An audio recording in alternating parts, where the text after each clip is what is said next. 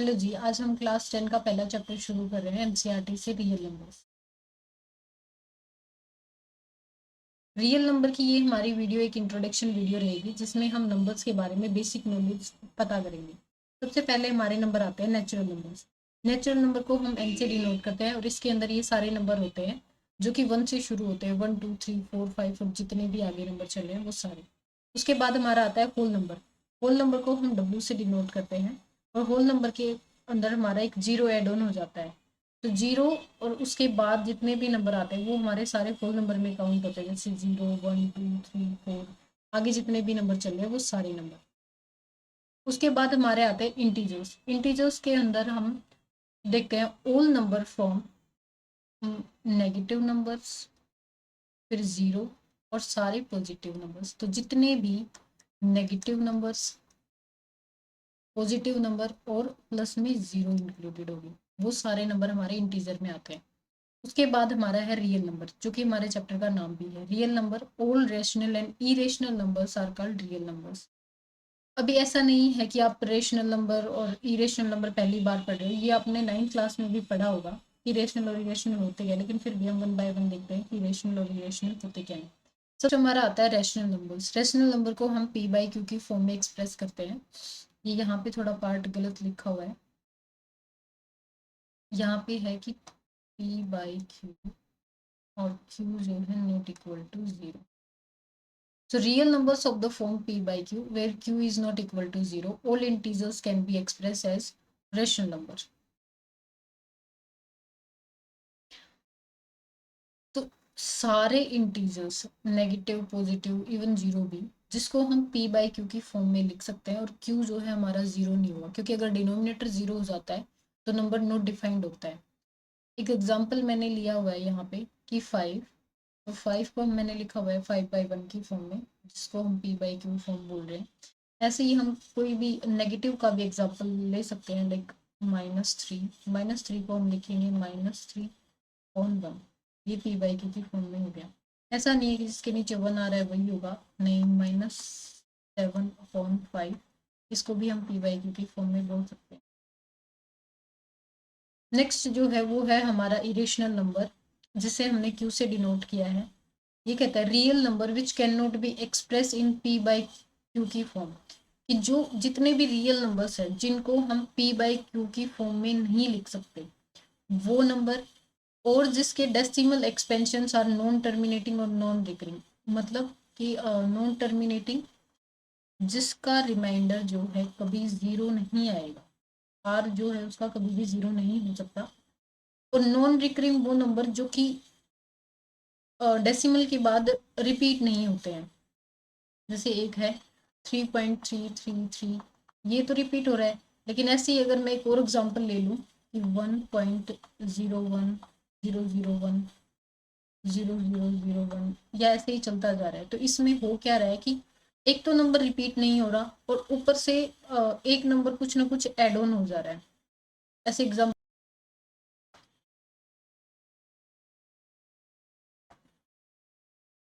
फिर हमारे आते हैं प्राइम नंबर्स। प्राइम नंबर्स कौन से नंबर होते हैं? The natural number greater than 1 which are divisible by 1 and the number itself are called prime number. कि वो नंबर जो एक से तो बड़े हैं और जो उनको डिवाइड करे तो वो या तो खुद से ही डिवाइड हो और या 1 से ही डिवाइड हो रहे होंगे, जिनके बेसिकली दो ही फैक्टर होते हैं, एक तो 1 और एक वो नंबर खुद। ऐसे नंबर को हम प्राइम नंबर में काउंट करते हैं, जैसे कि 17। 17 को अगर हम देखें तो हम बस दो ही तरीके से तोड़ सकते हैं, 17 × 1, इसके अलावा इसका और कोई अल्टरनेट नहीं है।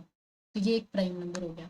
जैसे कि 5, तो 5 भी है 5 × 1, ये और किसी से भी डिवाइड नहीं हो रहा है, सिर्फ 5 से और 1 से ही डिवाइड हो रहा है। एक है 21। 21 जो है इसके फैक्टर देखें तो 7, 3 और 1, ज़्यादा फैक्टर आ गए। जो खुद के अलावा किसी और से डिवाइड हो जाएगा वो हमारे कंपोजिट नंबर्स होते हैं। प्राइम नंबर के अलावा जितने भी नंबर बच गए वो सारे कंपोजिट होते हैं। अब एक डाउट आता है कि 1 जो है वो प्राइम नंबर है या कंपोजिट? तो 1 ना प्राइम नंबर है ना कंपोजिट नंबर है। ऐसे नंबर्स को हम इरेशनल की फॉर्म में लिखते हैं। इसमें कुछ नंबर और भी आते हैं, सारे प्राइम नंबर्स जिन्हें हम रूट में लिखते हैं वो सारे भी इरेशनल के अंदर ही आते हैं, जैसे √2, √5, √7। लेकिन इसमें √4 नहीं होता, क्योंकि √4 तो 2 हो जाता है और 2 हमारा रियल नंबर है। अब हमारे इस चैप्टर की सबसे पहली थ्योरम आती है Euclid division lemma. Given positive integer a and b, there exist unique integer q and r satisfying। ये इसकी थ्योरम है कि a is equal to B multiply Q plus R. यहाँ पे हमारा a जो है वो है डिविडेंड,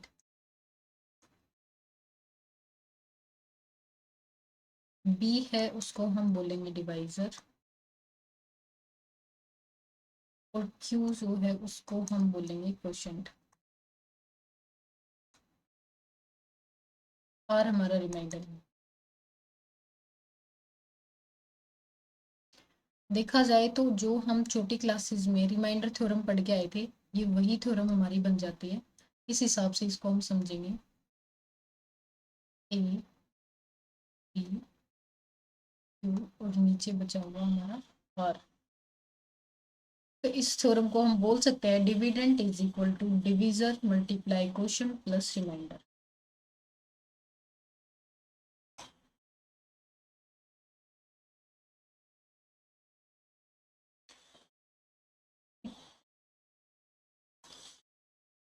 ये हमारी बहुत इंपॉर्टेंट थ्योरम है, इसी के बेस पे अभी हम काफ़ी क्वेश्चंस करेंगे इसी चैप्टर में। इसके बाद हम देखेंगे कि ये जो थ्योरम अभी हमने पढ़ी है ये वर्क कैसे कर रही है। तो इसके लिए एक जो एनसीईआरटी में एग्जांपल दे रखा है वही मैं सबसे पहले ले लेती हूँ कि 4, 5, 5 और 42। ये एग्जांपल एनसीईआरटी में गिवन है। ओके, इस एग्जांपल को अभी हम करके देखते हैं। 4, 5, 5 डिवाइड बाय 42, तो 1 पे जाएगा, 42, 3 रिमाइंडर, 5 हमारा नीचे आ जाएगा। अभी 42 जो है 35 से बड़ा है तो आगे जा नहीं रहा, तो हम 0 लगा देंगे। 0 रिमाइंडर आ गया 35। अब इसके बाद 42 अंदर, 1 पे वापस, 35 रिमाइंडर 7। इसको हम तब तक करेंगे जब तक हमारा रिमाइंडर जो है 0 नहीं आ जाता। ये 5 सा हो गया, 35 रिमाइंडर आ गया 0। अभी हम पीछे जो थ्योरम पढ़ गए हैं उसकी फॉर्म में इसको लिखेंगे कैसे। 4, 5, 5 is equal to 42 multiply 10 plus 35। तो यहाँ पे हमारा ये ए हुआ, ये बी, ये क्यू और ये हमारा आर हुआ, ए बी और आर। इसी तरीके से second 42 is equal to 35 multiply 1 plus 7, फिर 35 7 मल्टीप्लाई 5 प्लस 0। इसी एक थ्योरम से हम एचसीएफ भी पता कर सकते हैं। एचसीएफ हमारा वो होता है जो लास्ट सोल्यूशन में जो इसका बी होता है, डिवाइजर होता है, वही हमारा एचसीएफ होता है। तो इसका अगर एचसीएफ हमसे कोई पूछे तो वो हो गया हमारा 7। इसी बेस पे हम काफ़ी ज़्यादा क्वेश्चन इस एक्सरसाइज में करेंगे, इसीलिए ये थ्योरम हमारे लिए काफ़ी इंपॉर्टेंट थी। सो अभी हम पढ़ेंगे theorem 1.2, fundamental theorem of arithmetic. ये कह रही है कि every composite number can be express या factorise as a product of prime and the factorisation is unique apart from the order in which the prime number occurs. अभी अभी ये theorem देख के आपको लग रहा होगा कि कितनी हार्ड थ्योरम आई है, पता नहीं क्या कह रही है, लेकिन वो ज़्यादा कुछ नहीं कह रही है। वो कह रही है कि आप किसी भी कंपोजिट नंबर को एज ए प्राइम नंबर लिख सकते हो, एक यूनिक तरीके से लिख सकते हो। जैसे कि मैंने नंबर लिया 12, 12 एक कंपोजिट नंबर है, इसको अगर मुझे प्राइम के फॉर्म में लिखना होगा तो कैसे लिखूंगी मैं। सबसे पहले हम 3 पे लेके जाएंगे इसको, 3 पे जाएगा तो 4 जा, 2 पे 2 2 1। तो इसी 12 को मैं लिख सकती हूँ 12 is equal to 3 multiply 2 multiply 2 multiply 1। देखो ऑर्डर मैटर नहीं करता है, ऑर्डर आप पहले कोई भी ले सकते हो। इसी नंबर को मैं पहले 2 से भी कर सकती थी। 12 2 6 3 2 2 और 1, बात वही आनी थी। अगर इसको ऐसे लिखते तो आ जाता 2 मल्टीप्लाई 3 मल्टीप्लाई 2 1। तो ऑर्डर मैटर नहीं करता है, किसी भी ऑर्डर में हम उसको लिख सकते हैं। बस और नंबर भी ले सकते हैं हम, जैसे कि 1 7 7 1। ये नंबर अगर देखा जाए तो इसको मैं लिख सकती हूँ 7 मल्टीप्लाई 11 मल्टीप्लाई 23। ये 3 प्राइम नंबर का मल्टीपल है, ये नंबर बनता है। इसको इस तरीके से भी हम सॉल्व कर सकते हैं। अभी हम इसी के बेस पे कुछ क्वेश्चंस करेंगे।